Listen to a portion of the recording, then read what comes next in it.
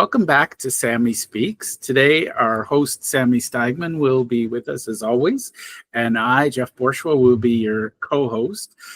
Sami, welcome back to the show. And before we hit record, you were telling me about a fundraising event. Let's talk about that, because I think it's part of healing is when people are coming together and helping one another. A lot of things have changed since October 7th.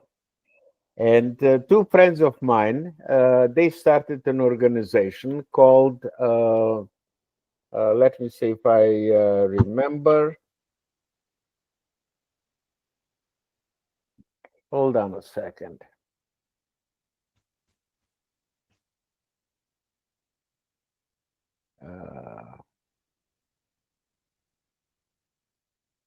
I don't remember for now. Okay, I don't remember right now the name. It will come back to me. We'll add it to the notes for the show later too. Okay, okay, no problem. So anyway, it's all the money goes to wounded soldiers in Israel. They started it only 2 years ago, with October 7th. One of them was not socially active, but you can see that things have changed since then. So anyway, the raising event was held at somebody's house in Long Island, and they in outdoors. Okay, so it was the Havdalah. Okay, so it's the separation from the holy day to the regular days, and this is Saturday night once the 3 stars are coming out, and you say some prayers. So there was a wounded soldier. He lost his leg. He told his story. He had the PowerPoint. There was another person also that started an organization helping people recover, especially the ones that lost a leg. Okay, so to become active, to learn how to fight, to recover, also with a PowerPoint. And I also was involved in saying very briefly about myself and saying the prayers. But what they have done, it's absolutely unreal. I have never seen something like it, and I was extremely honored to be part of it. As a matter of fact, the son of one of the co-founders, okay, is my honorary grandson. I recognize them as such, and I asked them to say the first prayer, which he did a very great job. And there was food, music, dancing. It was absolutely a magnificent, okay, evening. I love that, and thank you for sharing. And I do want to point out, you've got an extensive group of honorary grandchildren who have adopted you, and you've adopted. And Correct. our dear friend Esther is on that list. So Esther brought us together. So we'll just use this as a moment to say hi to Esther. I believe she visited you the weekend before last. Is that correct? That is correct. And I took her on a tour of the Intrepid. It's a legendary aircraft carrier from World War II. I don't know if your audience knows it, but when they built a new ship, all the other ship of the same type, okay, take the name of the first one. So the first ship of the Intrepid was called Essex. In the Essex, they built 24 ships. Not a single one was sunk during World War II. They participated in the Pacific Ocean, but today there are only 4 in existence. All of 4 of them are museums, and at the same time, Philadelphia is the graveyard for the Navy. I volunteer on the Intrepid, and the former crew members, made me an honorary crew member. So during Veterans Day in November 11th, I march with them. Okay. So it's I'm very extremely honored to be part of their association for being recognized.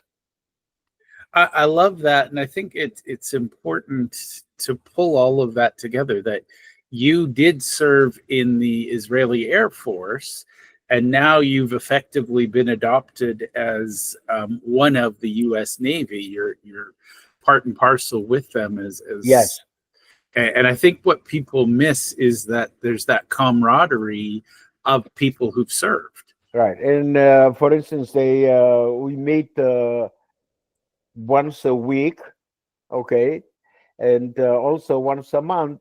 We the former crew members have a board meeting, and if I don't participate for whatever reason, okay, they always call me or message me, okay, how they missed me. So I am part of them. I love that, and I think that's so critical. I think a lot of veterans they're keeping the memory alive, and they're trying to bring up the lessons from the past, because I think everybody today wants, the new and the next thing. They're not looking at where we come from. Right. Now, And Esther sent about I don't know how many pictures, okay, and pictures also from the Intrepid. Uh, when you come there, there are two planes that hold the speed record. One of them is the Concorde. The other one is the A-12. It's a spy plane. The Blackbird that holds the speed record of 3.3 Mach. wow. No missile was able to reach it. However, they stopped making it because of the satellite. But that particular plane, because I don't know if people know about U-2, when the spy plane was shut down with a Powell prisoner, there was an agreement that they cannot fly on each other's airspace. And then they adapted the A-12 to the XR-71, which had a peripheral area, photo equipment, and another person, so it could reach only 3.2 Mach. But with the A-12, okay, the Blackbird, from 85,000 feet, you could read the newspaper, you could see a dime. And with the XR-71, they were able to spy, okay, from 100 miles away. Wow. So, okay, they also have one of the only two nuclear submarines in display. That particular submarine was in service only for 6 years because they were very close to the former Soviet Union coast. But to shoot the missile, they had to come to the surface. So by the time they shot the missile, it took about 15 minutes. They were sitting ducks. So eventually, they built the other submarines that you could shoot on the, from the bottom. And they also have the space shuttle Enterprise. Wow. Okay, and I gave Esther and her boyfriend Jacob. I gave him a extended tour. An extended private tour. So Yes, yes. I love it. Yeah, we better say hi to Jacob. It would be mean to leave him out. But Esther was really excited. I know she was telling me she was coming to see you. So that always lights her up, and by extension, me as well. So we just say hi to Esther.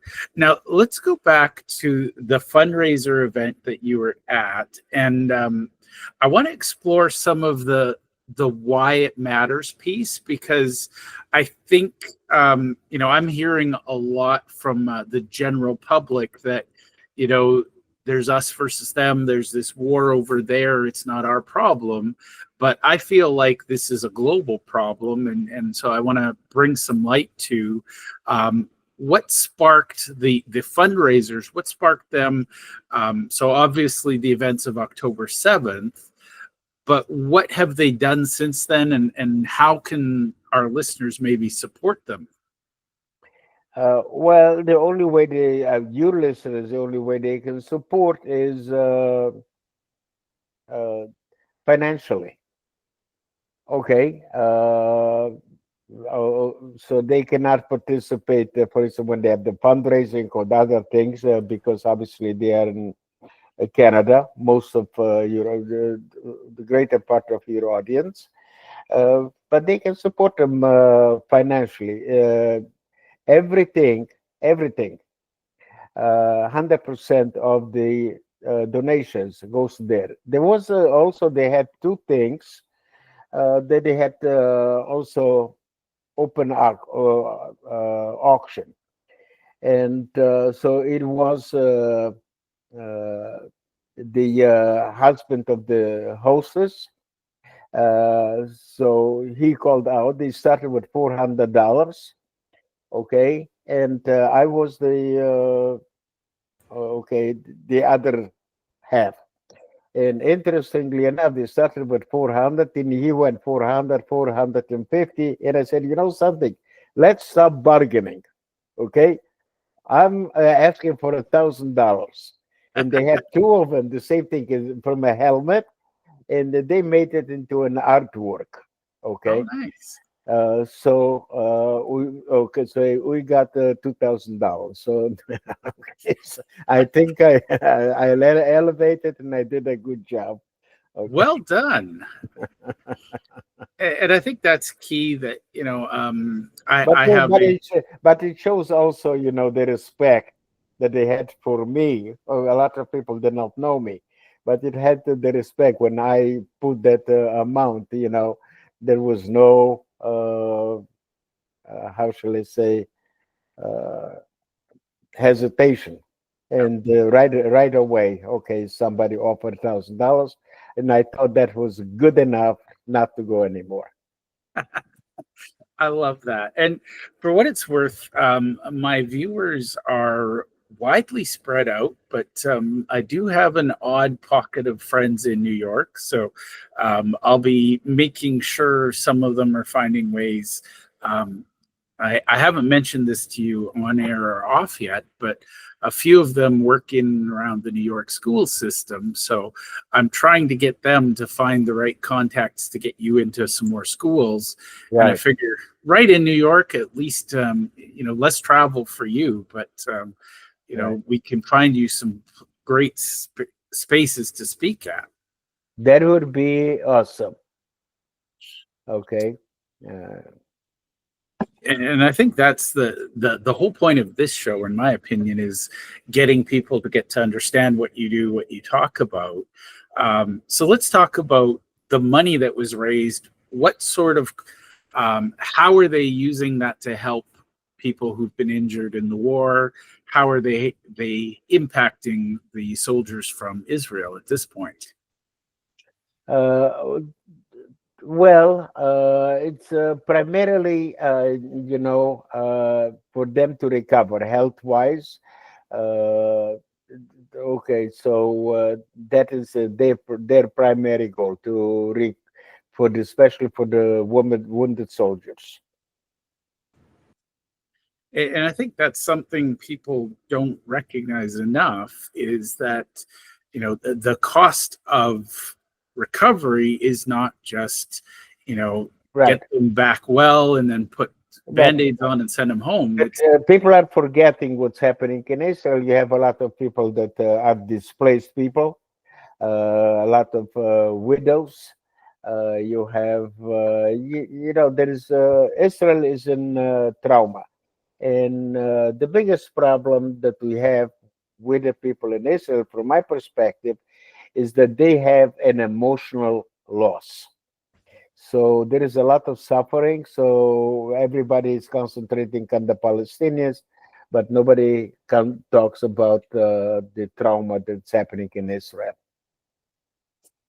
Excellent. Well, you and I are going to talk about some of that because I think awareness is part of what we can do. And again, I think if we can raise awareness, I will share. I have a friend in Israel that, he's a retired veteran from the Israeli Navy and Special Forces. And then on top of that, he's dealing with family trauma at home, as well as his mother, her house, her condo was destroyed by a missile. So not only is he dealing with a transition out of the military, he's dealing with PTSD, and he's dealing with a construction project. And I think a lot of us over here don't understand that, they're literally living in a war zone. You're right. And I think, we have all of this, I'm going to call it noise at a lot of U.S. campuses where there's a lot of pro-Palestinian protests, and these young people don't even understand. I've seen some press of them. They don't even know why they're there. Somebody told them to show up and protest. And my 2 cents, and I think this ties into you as a human being, is if you're going to protest something, understand what you're protesting. Right. And part of that is there's 2 sides to every story, right? Yes. Now, by the way, I just found out the name of the organization. Oh, excellent. I remember. It's called Kadima, Kadima, Beyachad, Beyachad.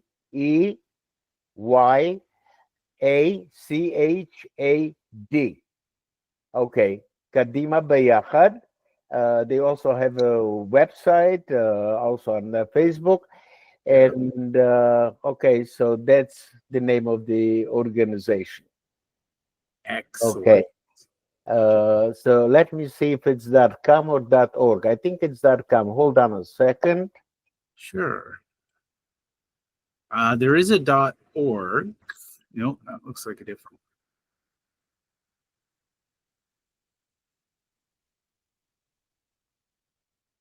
They're active on Instagram as well as Facebook. Yes. Okay. So on Instagram,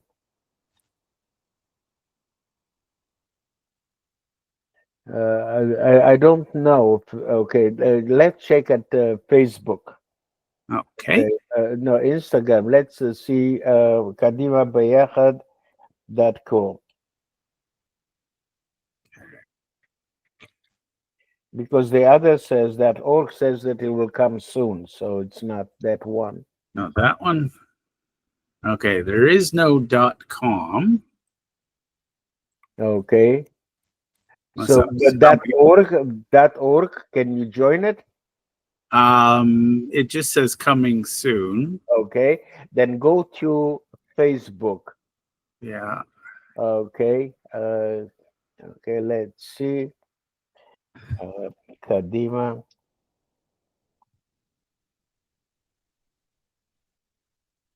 It's based out of oh, there we go.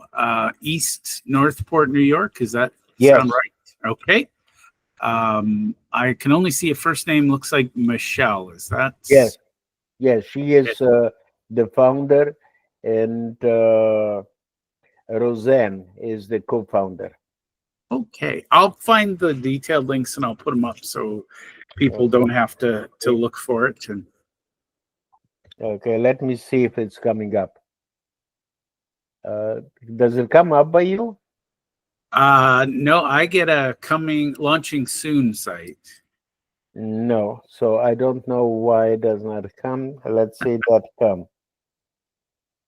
.com says there's no such site.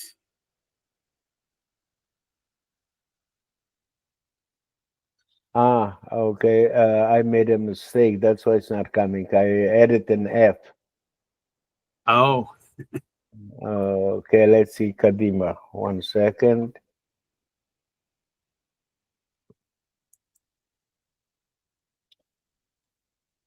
Because I was able to get into it. I don't remember when. Now it does not go in. okay. Wait a minute. The computer is giving me a problem. It's always adding letters. Mine does Kadima. that sometimes too. Okay, okay. So just to check the spelling, it's Kadima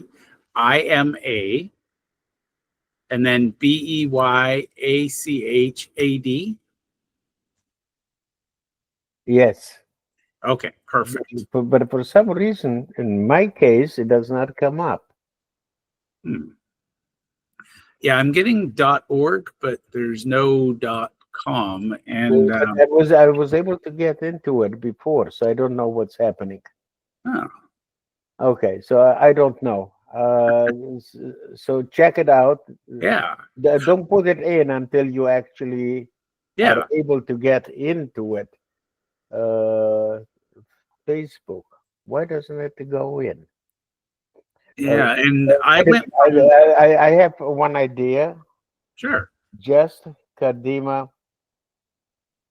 Beyachad.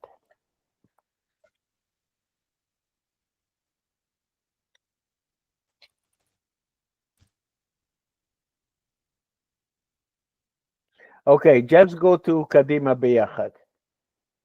.com. No, without it, on Facebook. Oh, okay, yeah.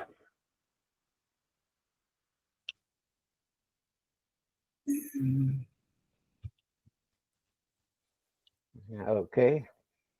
Yeah, and they've got a .org website link, but it's not active yet. So No, it can be, but let go to Facebook, Kadima Beyachad. Just Kadima Beyachad, oh, without the .com or .org on Facebook. yeah. So this is what I see. Let me show you. What do you see? This is what I see. Is this the right one? Hold on. Uh,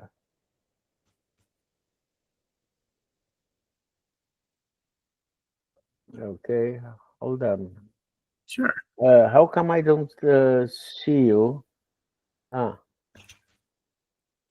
I'm sharing my screen. Hold on. okay, but I don't see you. Okay. Let's try that one more time. Oh, there we go. Okay, the signals. For some reason, okay, wait a minute. Huh. All of a sudden you disappeared.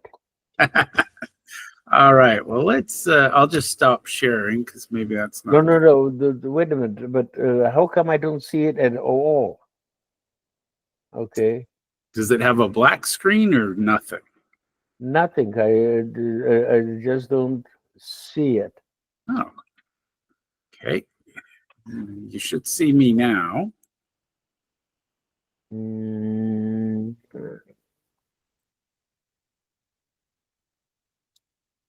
Probably went and hid behind something else.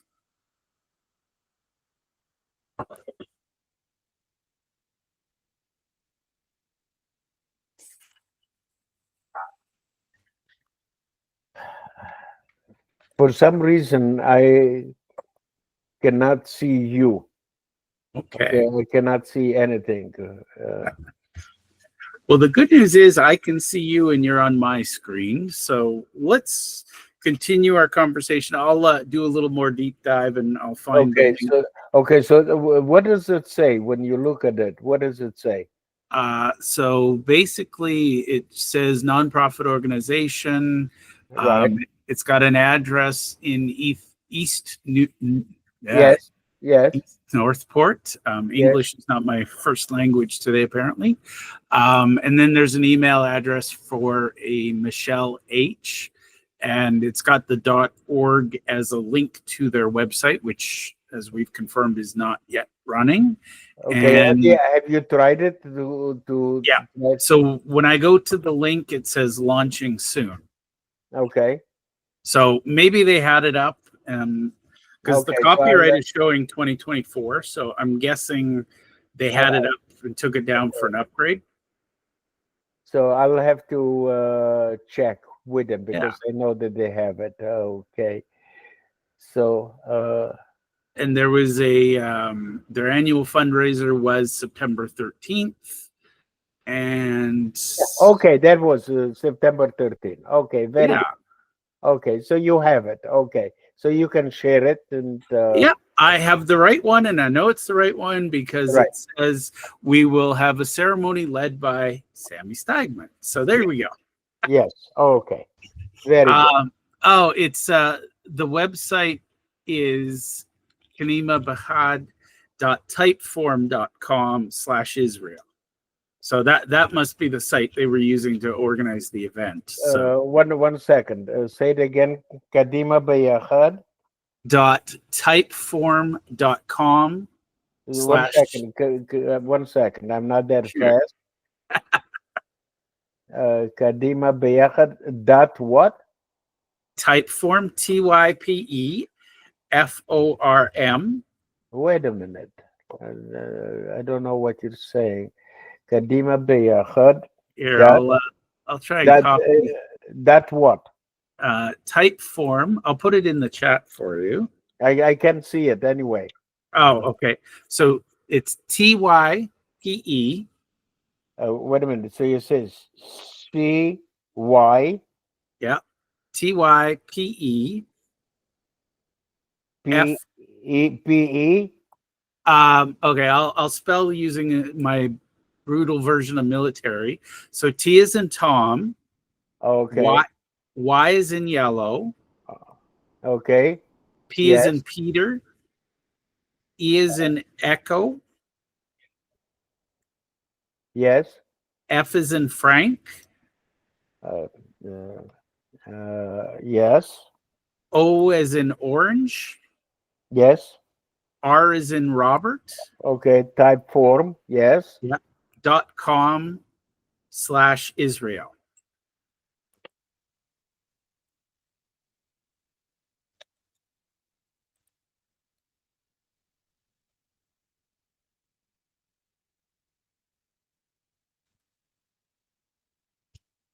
And it looks like it was just put up for the event, so it might not be still live. Let me just spell it out here.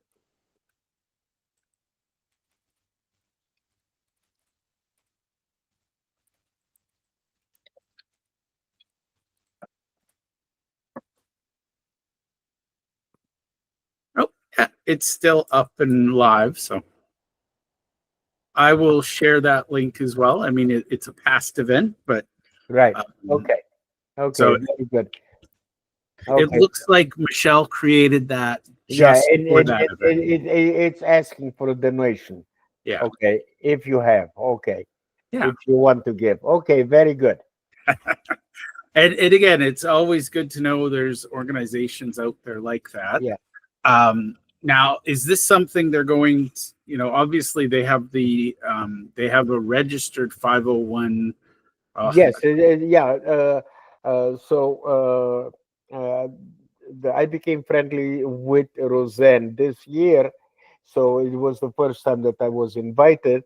But they also had it last year. So this is it started with October 7th. Yeah. Well, I appreciate that. And I think, a lot of people lose sight of the fact that, and this is something that I have had as a personal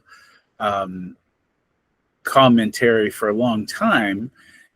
When a soldier is killed in battle, it leaves a legacy. There's usually a family, whether it's parents or spouse or children.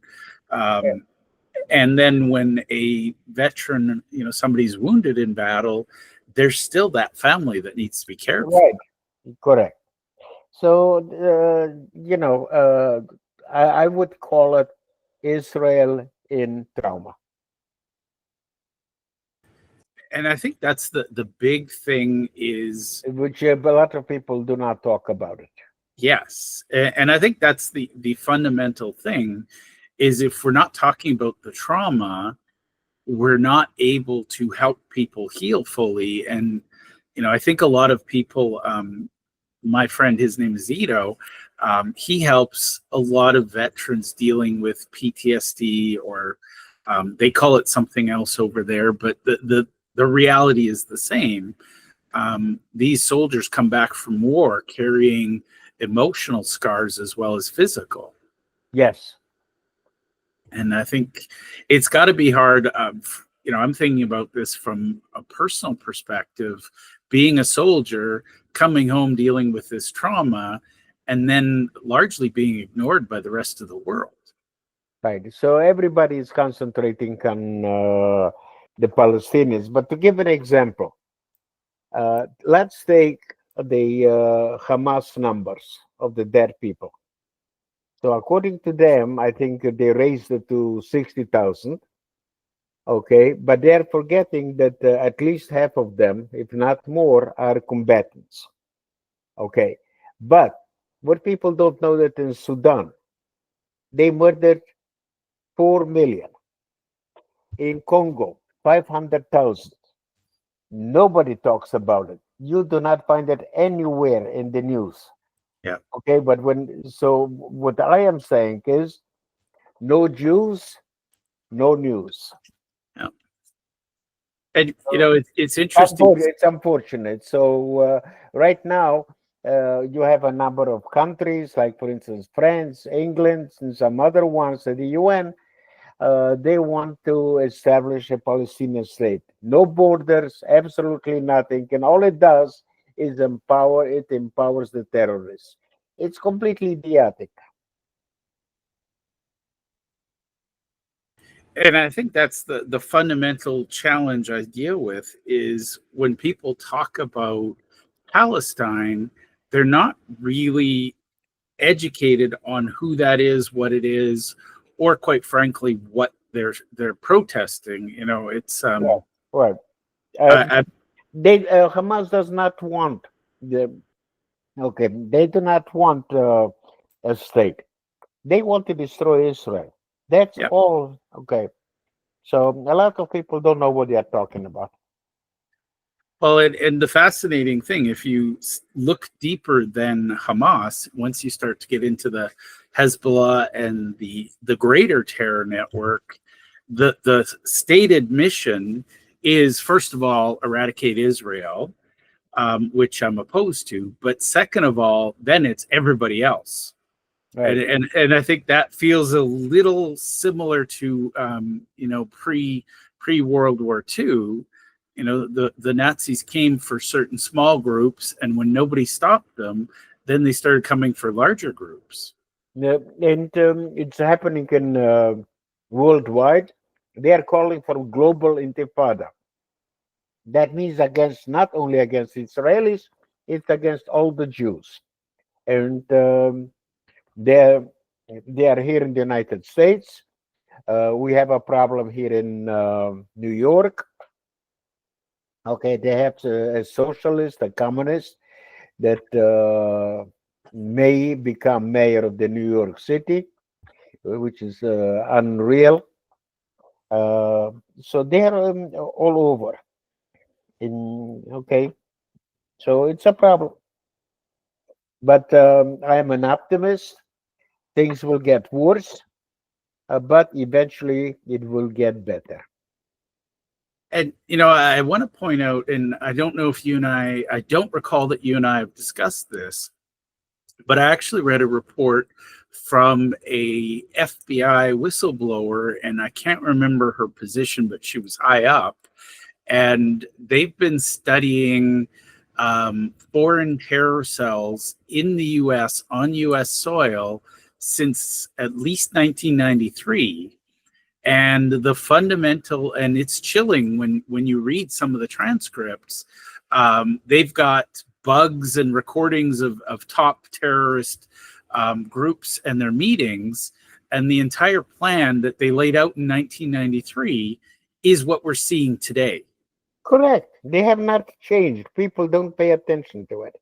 And I think that's one of the things that gives me chills is, when you look at North America, corporate entities, they're looking at the next quarter.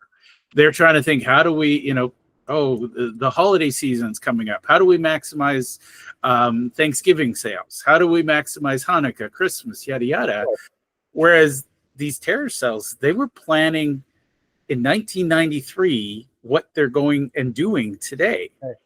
And it was chilling because they said, we're going to win the hearts and minds of the youth and get them, it was basically, they were looking at rationalizing and justification and making it seem like this is the only logical thing. So there was this documented campaign of psychological warfare against North Americans. And we're blissfully wondering what we should buy for, Halloween candy. But not only that, you have to understand something, okay? We have to start to educate the next generation at a very young age. Because once they are indoctrinated, it's almost impossible to bring them to critical thinking, okay? It's almost impossible. Like, for instance, I was introduced to a Pakistani young woman that said what's happening in Gaza is genocide. No matter what I said or nothing what was said, she did not budge. And then my friend said, okay, here you have a Holocaust survivor. He served in the IDF. So she said, looked at me, she said, you are part of the problem. I have been in the United States for 60 years, okay? And I am part of the problem, okay? That there is a genocide. So it shows you how indoctrinated they are. And no matter what you say, it's almost impossible to bring them to critical thinking. And that's why my job is to start to educate the people at a very young age. Obviously, I have to be invited, but my goal is, I think the youngest group of people that I ever spoke, we tend to underestimate the intelligence of young people. With second graders, it was one of the greatest experiences I ever had. And I think that's one of the things I hear a lot is people say, oh, they're too young for that. I think as long as they're old enough to think and talk and ask some intelligent questions, they're old enough to learn. It's not what you say, it's how you say it. And the second graders ask better questions than teenagers, and at the same time they send thank you letters, but not thank you for coming or happy to meet for the first time as a survivor. What they put in paragraph what they have learned. So it's absolutely amazing. We underestimate the intelligence of very young kids. So, but okay, but at least that's my experience. I know that other people have that experience. So I'm saying again, it's not what you say, it's how you say it. Yeah. Well, and I think one perspective I'll bring is that as a father, I realized early on that my boys were here to teach me, not the other way around. And it is amazing what they naturally, and, with curiosity and a little guidance, what they're capable of understanding. And, correct. I think there's a lot of, misunderstanding about what indoctrination looks like. But the reality is, as a society, we need to be very cognizant and aware of what we're teaching our children, whether we do it by intention, as you said, what you say or how you say it. Kids grow up with certain lessons, and I don't know what the age is, but there's an age where once their minds have set into a pattern, it's impossible to break those patterns. Yes. And oddly, I see a lot of people dealing with childhood trauma as adults, Wouldn't it be nice if we could help children live better lives without the trauma and having go through it? But that's me as an optimist and a father, not as a realist. Yes. So let's talk about what kids are capable of, because I think we've talked about some interesting things, and I just wanted to share. I heard on the radio here there's been a fundraising effort where I can't even remember the cause. The cause kind of preceded what I was listening to on the radio, but they had a whole bunch of kids go out and have little corner lemonade stands in our city or province, and collectively those kids raised $3 million for some charity. So when people tell me kids can't make a difference, I really disagree. So do I, because I can give many examples what young people have been able to achieve, to accomplish, and to do. And I think it's important as adults that we give kids that room and that space to be able to do that. So, yeah. Now, you mentioned indoctrination, and I think you and I both obsess over words. Let's talk about what indoctrination is today, and how did we get here? How do we can't really seem to undo it, but the focus is on the next generation. And at what age are you seeing people so deeply indoctrinated that their minds can't be changed? Well, first of all, there is an organization called BDS. They started with campuses. They succeeded. They went to high school. They succeeded. So now they are in middle school. Okay. For instance, the best example I can tell you is what happened is, I don't know if your people know or remember the crisis in Cuba. So Kennedy threatened Khrushchev that if he doesn't take out the missiles from Cuba, okay, he will go to war. So suddenly Khrushchev found the missiles, he took them out. But the interesting part is, he said something that people do not remember. He said, I do not have to fight US militarily.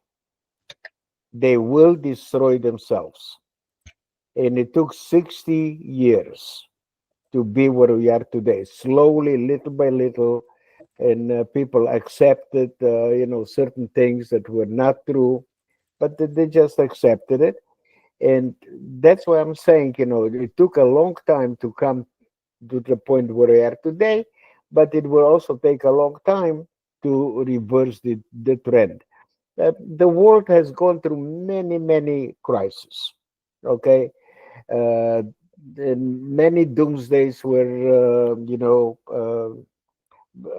predicted. None of them came, to reality. So that's why I'm saying is, take a look with the DEI.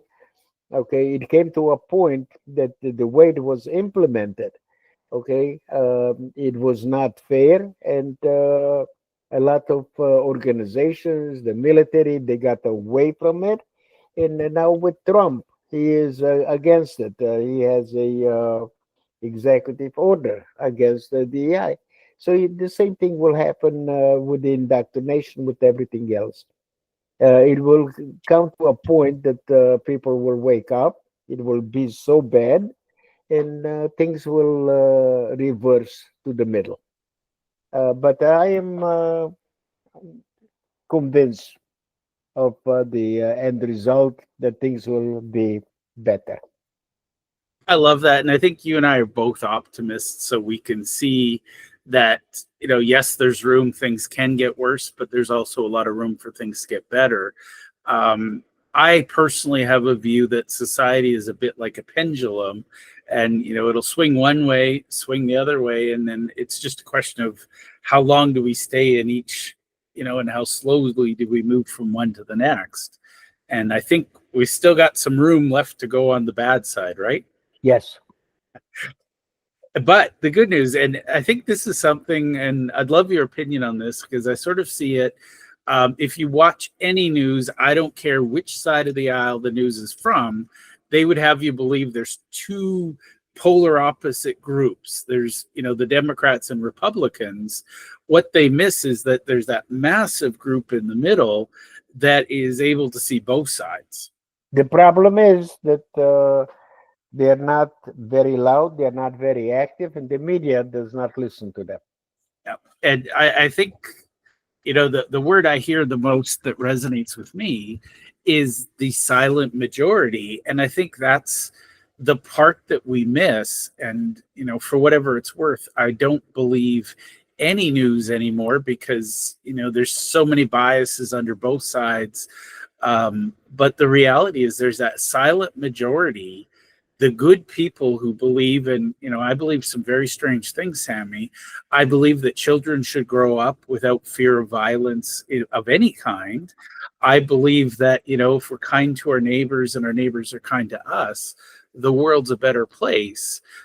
I believe that 90% of the population is closer to me on that than the two extremes where you listen to the news today and, if we have opposing views, it's my duty to kill you because you and I don't agree.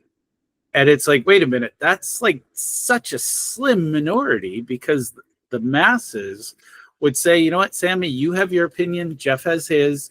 If we don't agree, let's go for lunch and settle it over coffee, right? Well, people have forgotten how to disagree in a civil way. So right now, everything is emotion. And it's a lot of hate. And take a look what happened last week. Okay, all the tragedies in the world started with words and bullying. And you have in social media a lot of words of incitement, of hate, and everything else. And you can see what happened.